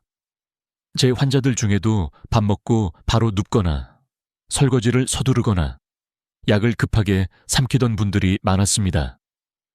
그분들은 대부분 편하니까, 습관이니까 라고 생각했죠. 그러나 그 결과는 편리함과 거리가 멀었습니다. 어떤 분은 소화불량이 반복되어 병원 문턱을 달고 살았고, 어떤 분은 심장에 무리가 와서 더는 일상생활을 유지하지 못했습니다. 한 번은 79세 김순자 할머니라는 분이 계셨습니다. 늘 건강하다고 자부하시던 분이었는데 밥만 먹으면 소파에 기대 TV를 보곤 하셨습니다. 편하니까요 하고 웃으셨죠. 그런데 그 습관 때문에 어느 날 갑자기 가슴을 부여잡고 쓰러지셨습니다. 다행히 심근경색은 아니었지만 위산 역류가 심장을 압박하면서 마치 심장마비처럼 보이는 증상을 일으켰습니다. 이후로도 속쓰림과 기침으로 고생하시면서야 비로소 깨닫게 되셨습니다. 이렇게 말씀드리면 많은 분들이 깜짝 놀라십니다. 아니, 겨우 밥 먹고 눕는 게 그렇게 큰일인가요? 하고요. 그렇습니다. 젊을 때는 큰 문제가 되지 않을 수도 있습니다. 그러나 60세, 70세, 80세가 넘어가면 몸은 예전 같지 않습니다. 혈액순환도, 장기의 탄력도, 소화 능력도 모두 달라집니다. 작은 실수가 치명적 결과를 불러오기 쉬운 이유입니다. 그날 응급실에 들어온 세 분도 그렇습니다. 모두 평소에는 건강한 편이셨습니다. 병원에 자주 오지도 않으셨고 특별히 큰 병이 있는 것도 아니었습니다. 그런데 단 한 번, 밥 먹고 난 뒤의 습관 하나가 인생을 송두리째 바꿔놓았습니다. 그날 저는 깊이 깨달았습니다. 이건 단순한 의학 지식이 아니라 모든 어르신들에게 꼭 알려야 할 생명의 메시지다. 여기서 중요한 것은 공포심을 주려는 게 아닙니다. 오히려 희망을 드리려는 겁니다. 왜냐하면 이 문제는 아주 간단한 방법으로 예방할 수 있기 때문입니다. 복잡한 약도 값비싼 치료도 필요 없습니다. 단지 식사 후 30분, 그 시간을 어떻게 보내느냐만 달라지면 됩니다. 저는 수천 명의 환자에게 이 조언을 드렸고 그 결과 정말 많은 분들이 병원 약을 줄이고 건강을 되찾으셨습니다. 여러분, 인생에서 가장 아까운 후회는 그때 알았더라면입니다. 저 역시 수많은 환자들을 떠나보내며 그런 후회를 가슴에 안고 살아왔습니다. 그래서 오늘만큼은 확실하게 말씀드리고 싶습니다. 식사 후 30분. 이 시간이 약보다 강력한 보약입니다. 그 30분을 어떻게 쓰느냐가 여러분의 건강을 결정합니다. 앞으로 이어질 이야기는 단순한 상식이 아닙니다. 오랜 임상 경험, 실제 환자들의 삶, 그리고 과학적인 연구들이 모두 하나로 모여 만들어낸 결과입니다. 이 이야기를 끝까지 들으신다면 남은 삶이 훨씬 가볍고 훨씬 자유로워질 수 있습니다. 지금부터 우리가 너무나 당연하게 여기던 습관들의 실체를 하나하나 파헤쳐 보겠습니다. 그리고 그 속에서 어떻게 하면 오래도록 건강하게 살 수 있을지 함께 찾아가겠습니다. 이 영상은 어쩌면 당신의 남은 20년을 완전히 바꿀 수 있습니다. 지금 듣는 이 순간이 평생 기억될 작은 전환점이 될지도 모릅니다. 그러니 제발 끝까지 집중해서 들어주세요. 밥을 먹고 나면 우리 몸속에서는 눈에 보이지 않는 거대한 변화가 시작됩니다. 평소에는 느끼지 못하지만 실제로는 심장과 위, 뇌와 혈관이 동시에 바쁘게 움직이기 시작하죠. 많은 분들이 배부르면 그냥 쉬면 되는 것 아닌가 하고 단순하게 생각하시지만 의학적으로는 이 시간이야말로 가장 불안정하고 위험한 순간이 될 수 있습니다. 우선 혈액의 흐름을 살펴봅시다. 음식을 삼키는 순간 우리 몸은 소화를 위해 막대한 양의 혈액을 위장으로 보냅니다. 보통 전체 혈액량의 4분의 1 이상이 위장으로 몰리는데 이건 엄청난 수치입니다. 그 결과로 심장과 뇌로 가는 혈액 공급이 일시적으로 줄어듭니다. 젊을 때는 몸이 이를 금세 보완해주지만 나이가 들면 이야기가 달라집니다. 혈관의 탄력이 떨어지고 심장의 펌프 기능이 약해지면서 작은 변화에도 뇌와 심장이 부담을 느끼게 되는 겁니다. 그래서 식사 직후에 가슴이 두근거리거나 갑자기 어지럽거나 식은땀이 나는 경우가 생길 수 있습니다. 실제로 70세 이상 노인들을 대상으로 한 국내 연구에 따르면 전체 낙상사고의 약 12%가 식사 직후 발생한다고 합니다. 이유는 간단합니다. 혈액이 위장에 몰리면서 뇌로 가는 혈류가 줄어 균형 감각이 떨어지기 때문입니다. 잠깐의 어지럼증으로도 넘어져 큰 부상을 당할 수 있고 이는 곧 삶의 질을 완전히 무너뜨릴 수 있습니다. 또 하나 중요한 변화는 위산의 활동입니다. 위는 음식물을 소화하기 위해 강력한 산을 분비합니다. 젊은 시절에는 위와 식도 사이의 밸브가 단단히 닫혀 있어 문제가 적지만 나이가 들면 이 밸브가 약해집니다. 이때 잘못된 자세, 예를 들어 바로 눕거나 기대면 위산이 쉽게 식도로 역류합니다. 단순한 속쓰림으로 끝나지 않고 시간이 지나면 만성 식도염이나 식도암으로 발전할 수도 있습니다. 실제로 식도암 환자의 70% 이상이 식사 후 바로 눕는 습관을 가지고 있었다는 조사도 있습니다.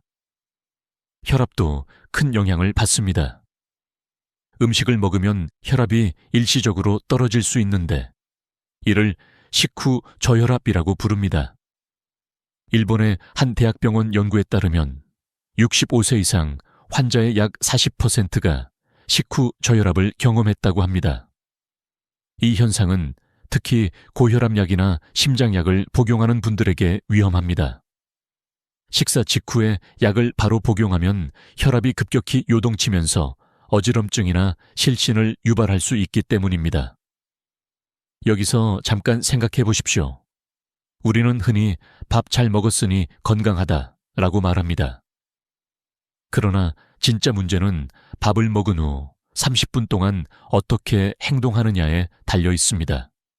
이 30분은 심장이 버틸 수 있는지, 뇌가 안정적으로 작동할 수 있는지, 위장이 무리 없이 소화할 수 있는지를 시험하는 시간입니다. 그렇기에 이 시간을 대충 흘려보내면 안 됩니다. 저는 환자들에게 늘 이렇게 말합니다. 약은 병을 고치지만 습관은 생명을 지킵니다. 아무리 좋은 약을 드셔도 식사 후 30분을 잘못 보내면 그 효과는 반감됩니다. 반대로 약을 줄이고도 이 시간을 올바르게 보내면 놀라울 만큼 건강이 회복되기도 합니다. 실제로 저의 환자들 중 상당수가 식사 후 관리 하나만으로 소화기 약, 혈압약, 심장약의 복용량을 줄일 수 있었습니다. 그러니 지금 이 순간 명심하십시오. 밥을 먹고 난 뒤 우리 몸속에서는 단순히 소화만 일어나는 것이 아닙니다. 혈류의 분배가 바뀌고 위산이 분비되고 혈압이 변하며 호흡과 심장 박동까지 달라집니다. 이 모든 변화가 안정되기까지 걸리는 시간이 바로 30분입니다. 이 30분은 약보다 강력한 시간, 여러분의 몸을 지키는 황금 같은 시간입니다. 이 사실을 알면 이제 왜 식사 후 30분을 강조하는지 이해가 되실 겁니다. 많은 분들이 식사 후 바로 움직이거나 눕는 것이 사소한 습관이라고 생각하지만 사실은 뇌졸중이나 심장마비로 이어질 수 있는 위험 요소라는 것입니다. 다시 말해, 이 시간에 무엇을 하느냐가 생사를 가를 수 있다는 뜻입니다. 여러분이 지금까지 당연하게 여겼던 식후 습관이 사실은 몸속에서 치명적인 변화를 일으키고 있을지 모릅니다. 이제 그 실체를 똑똑히 보셨을 겁니다. 그렇다면 다음은 반드시 짚고 넘어가야 할 부분이 있습니다. 바로 절대 하면 안 되는 습관들입니다. 이 습관들을 피하는 것만으로도 여러분의 건강은 확연히 달라질 수 있습니다. 이제 그 이야기를 이어가겠습니다. 밥을 먹고 난 뒤 많은 분들이 무심코 하는 행동이 있습니다. 그저 평생 해오던 습관일 뿐이라고 생각하지만 의학적으로는 위험한 결과를 불러올 수 있는 행동들이죠. 저는 수많은 환자들의 사례를 통해 세 가지 공통점을 발견했습니다. 바로 식사 후 절대 하면 안 되는 습관들입니다. 이 세 가지만 피해도 여러분의 건강은 훨씬 안전해질 수 있습니다. 첫 번째는 밥 먹고 바로 움직이는 것입니다. 특히 어르신들 중에는 식사 후 곧장 설거지나 청소를 시작하는 경우가 많습니다. 안 치우면 마음이 불편해서라거나 움직여야 살이 안 찐다는 이유 때문이죠. 그러나 식사 직후는 몸이 소화에 집중해야 하는 시간입니다. 위장은 소화액을 분비하고 혈액은 위로 몰려 있습니다. 그런데 갑자기 팔과 다리를 쓰는 활동을 하면 어떻게 될까요? 위로 가야 할 혈액이 분산되고 소화는 더뎌지고 심장은 더 큰 부담을 받습니다. 그 결과 가슴 두근거림, 어지럼증, 심한 경우에는 쓰러짐까지 이어질 수 있습니다. 청주에 사시는 김영희 할머니 이야기가 떠오릅니다. 평생 식사 후 바로 주방으로 가서 청소를 하셨습니다. 그러던 어느 날 점심을 먹고 싱크대를 닦다가 갑자기 어지럼증이 찾아와 그만 주저앉으셨습니다. 그때 크게 무릎을 다쳐서 1년 넘게 제대로 걷지 못하셨죠. 정형외과 의사는 넘어지만 않았어도 이 무릎은 10년은 더 버틸 수 있었다고 말했습니다. 이처럼 단순히 서두른 행동 하나가 남은 생애를 크게 바꿔버릴 수 있는 겁니다. 두 번째는 밥 먹고 바로 눕는 것입니다. 많은 분들이 소파에 기대어 TV를 보거나 그냥 눕는 습관을 가지고 계십니다. 젊을 때는 별 문제 없을 수 있습니다. 하지만 나이가 들면 위와 식도 사이의 밸브가 약해지면서 누운 자세가 위산 역류를 쉽게 일으킵니다. 처음에는 단순한 속쓰림으로 시작하지만 점점 만성 식도염, 식도궤양, 심하면 식도암으로 이어질 수 있습니다. 실제로 국내 연구에서도 식도질환 환자의 70% 이상이 식사 후 바로 눕는 습관을 가지고 있었다고 합니다. 경기도에 사시는 이명수 할아버지도 그런 경우였습니다. 10년 넘게 밥만 먹으면 누워 계셨습니다. 결국 위염과 식도염이 생겨 약 없이는 살 수 없게 되셨죠. 하지만 식사 후 30분은 반드시 앉아 계시도록 습관을 바꾼 뒤에는 놀랍게도 약을 끊을 수 있었습니다. 그분은 이렇게 말씀하셨습니다. 잠깐 불편한 걸 참았더니 평생 편해졌습니다. 세 번째는 밥 먹고 바로 약을 먹는 것입니다. 약은 밥 먹고 먹어야 한다는 말 많이 들어보셨을 겁니다. 물론 일부 약은 공복에 먹으면 위에 자극을 주기 때문에 식후에 먹는 것이 맞습니다. 하지만 문제는 식사 직후라는 점입니다. 위장이 음식으로 가득 차 있는 상태에서는 약물이 제대로 흡수되지 않을 수 있습니다. 특히 혈압약, 당뇨약, 심장약처럼 혈액순환에 직접 영향을 주는 약은 식사 직후 복용할 경우 예상치 못한 부작용을 일으킬 수 있습니다. 전북 익산에 사시는 박영호 할아버지가 대표적입니다. 평생 건강하던 분이었는데 식사 직후 혈압약을 복용하다가 갑자기 쓰러지셨습니다.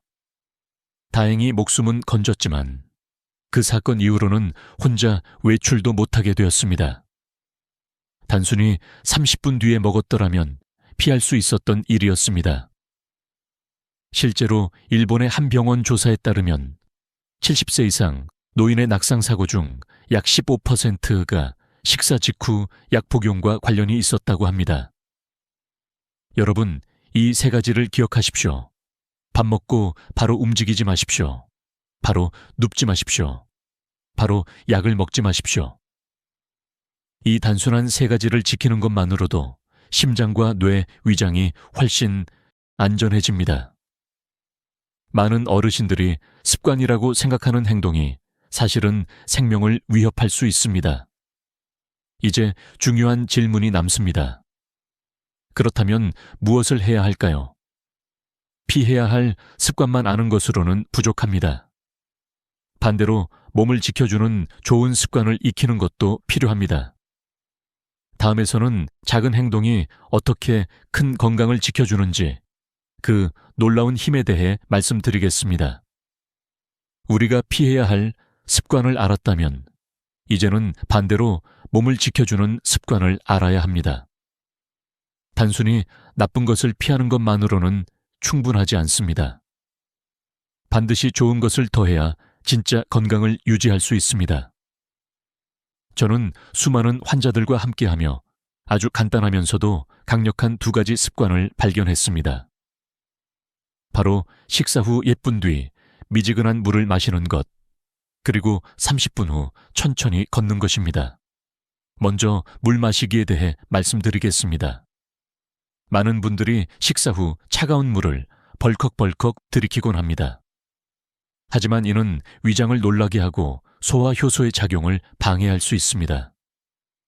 반면 청아 비슷한 온도의 미지근한 물을 천천히 조금씩 마시면 음식물이 부드럽게 내려가고 소화가 한결 수월해집니다.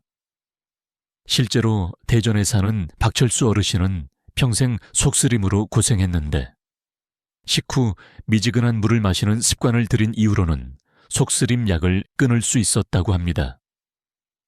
약 45년 동안 당연하게 생각했던 증상이 단지 물 온도를 바꾼 것만으로 사라진 겁니다. 또한 물은 단순히 소화만 돕는 것이 아닙니다. 나이가 들수록 갈증을 느끼는 능력이 둔화되어 자신도 모르게 탈수 상태에 빠지기 쉽습니다.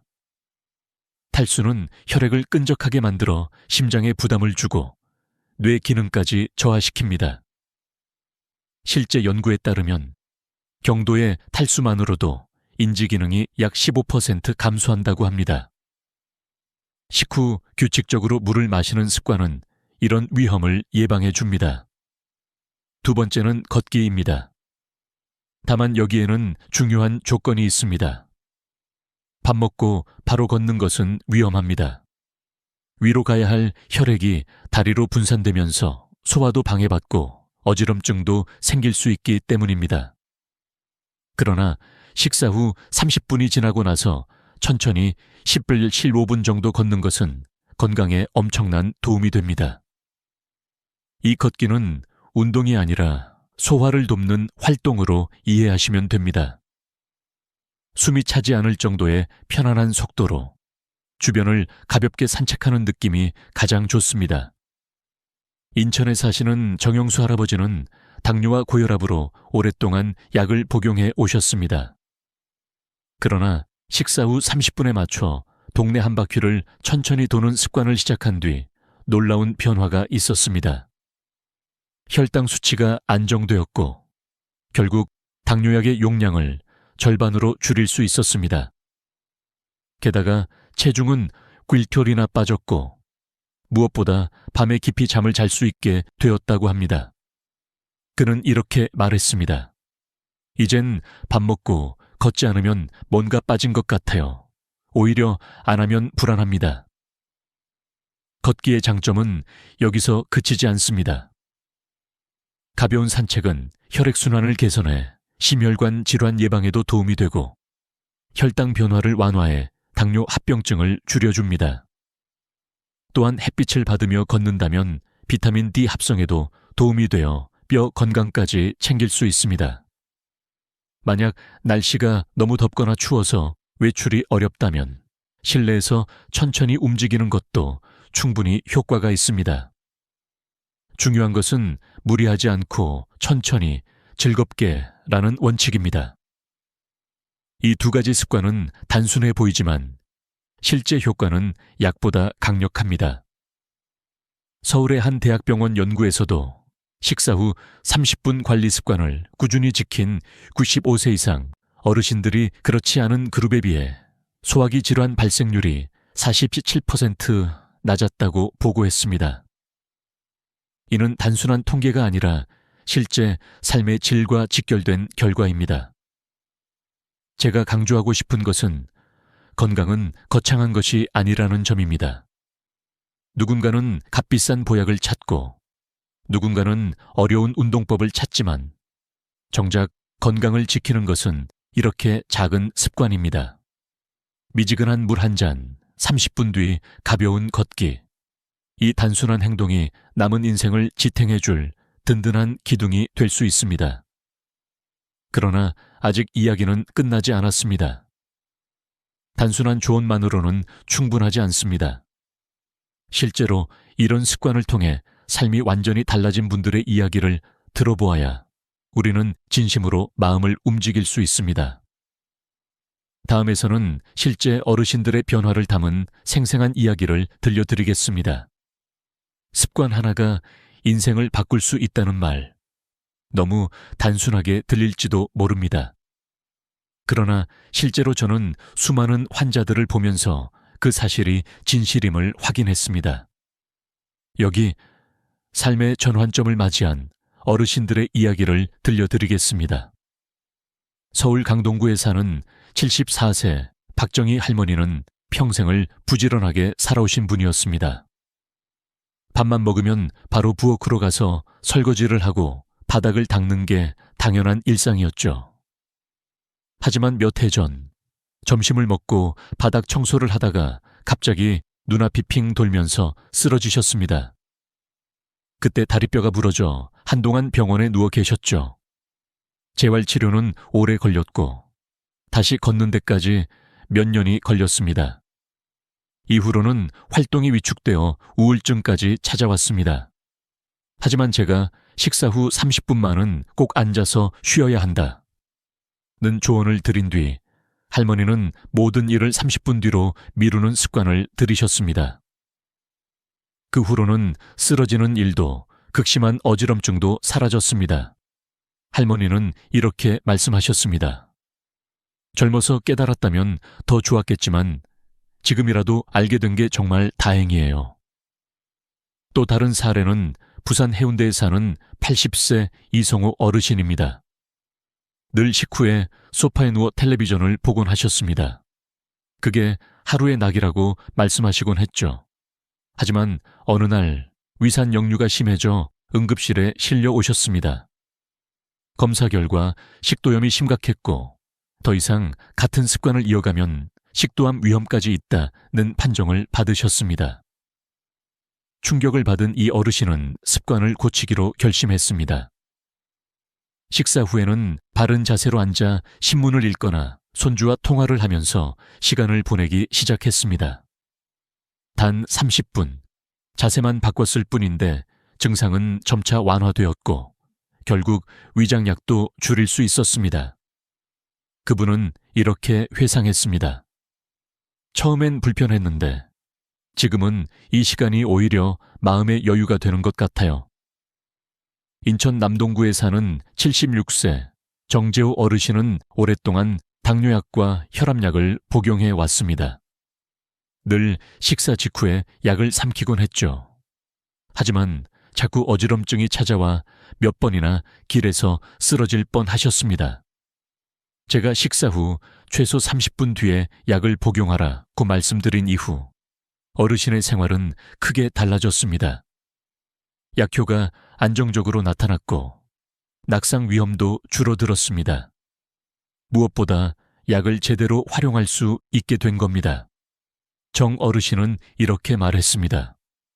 나는 늘 약에 의지해야만 한다고 생각했는데 결국 중요한 건 시간을 지키는 거였네요. 이런 이야기를 들을 때마다 저는 다시 한번 깨닫습니다. 우리가 알지 못했던 작은 습관이 삶을 무너뜨릴 수도 되살릴 수도 있다는 사실을요. 그리고 그 차이는 거창한 노력이 아니라 단지 30분의 관리에 있습니다. 실제로 국내 한 연구에서 95세 이상 노인을 대상으로 실험한 결과가 있습니다. 한 그룹은 식사 후 바로 눕거나 활동을 했고 다른 그룹은 30분을 앉아서 보내거나 천천히 걸었습니다. 1년 후 결과는 놀라웠습니다.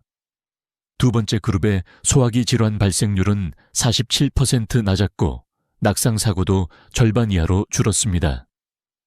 연구진은 식후 30분 관리가 약물 치료 이상으로 중요한 예방책이라고 결론을 내렸습니다. 저는 이런 결과를 볼 때마다 마음이 벅차오릅니다. 왜냐하면 수십 년간 수많은 환자들을 떠나보내며 했던 후회가 바로 이런 습관 하나로 충분히 막을 수 있었다는 걸 알았기 때문입니다. 그래서 지금은 더 많은 분들께 이 사실을 알리려고 합니다. 단지 정보를 전달하는 것이 아니라 삶을 지켜내는 메시지로요. 여러분도 한번 떠올려 보시기 바랍니다. 지금 이 순간에도 식사 후 바로 설거지를 하거나 눕거나 약을 삼키고 계신 분들이 주변에 있지 않습니까? 아마 가족 중에도 있을 겁니다. 그분들에게 이 이야기를 꼭 전해주세요. 단 한 번의 관심이 누군가의 남은 생애를 지켜줄 수 있습니다. 이제 우리는 분명히 알게 되었습니다.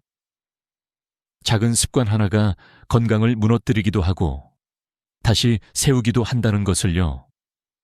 그렇다면 마지막으로 남은 질문은 이것입니다. 오늘부터 우리는 무엇을 선택할 것인가? 다음은 그에 대한 답을 드리겠습니다.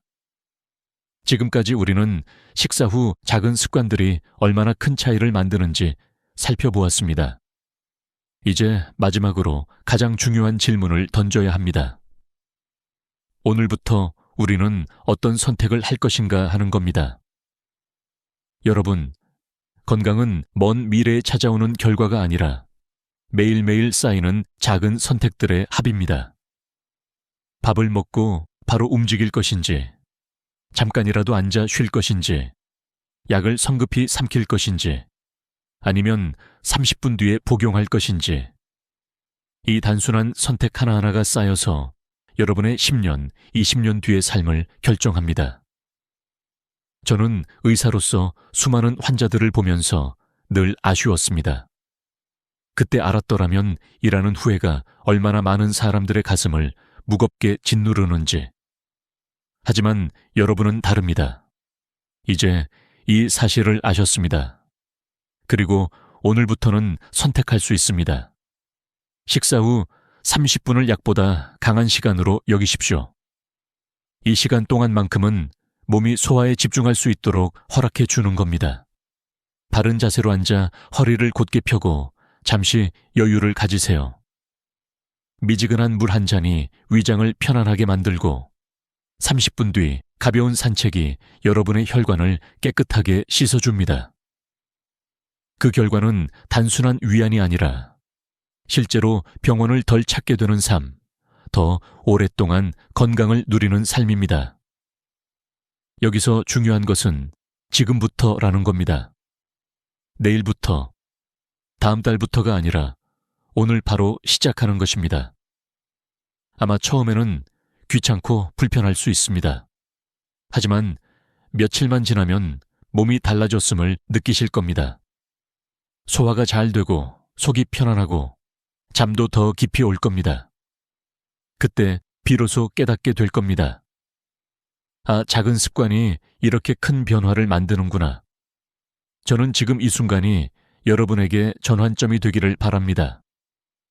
더 이상 값비싼 약과 치료에만 의존하지 마시고 생활 속에서 스스로를 지킬 수 있는 힘을 키우십시오.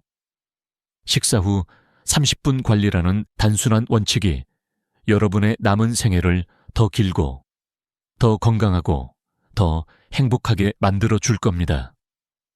그리고 부탁드립니다. 이 내용을 혼자만 알지 마시고 주변 어르신들께 꼭 전해주세요. 혼자 사시는 이웃, 건강에 무심한 친구, 늘 바쁘다는 핑계로 자기 몸을 돌보지 못하는 가족에게 알려주십시오. 여러분의 작은 나눔이 누군가의 생명을 지킬 수 있습니다. 끝으로 저는 이렇게 말씀드리고 싶습니다. 건강은 거창한 것이 아닙니다. 작은 습관에서 비롯됩니다. 약과 병원보다 먼저 스스로를 지키는 힘은 일상에 숨어 있습니다. 오늘부터 식사 후 30분을 지키는 것, 그 작은 변화가 여러분을 지켜줄 겁니다.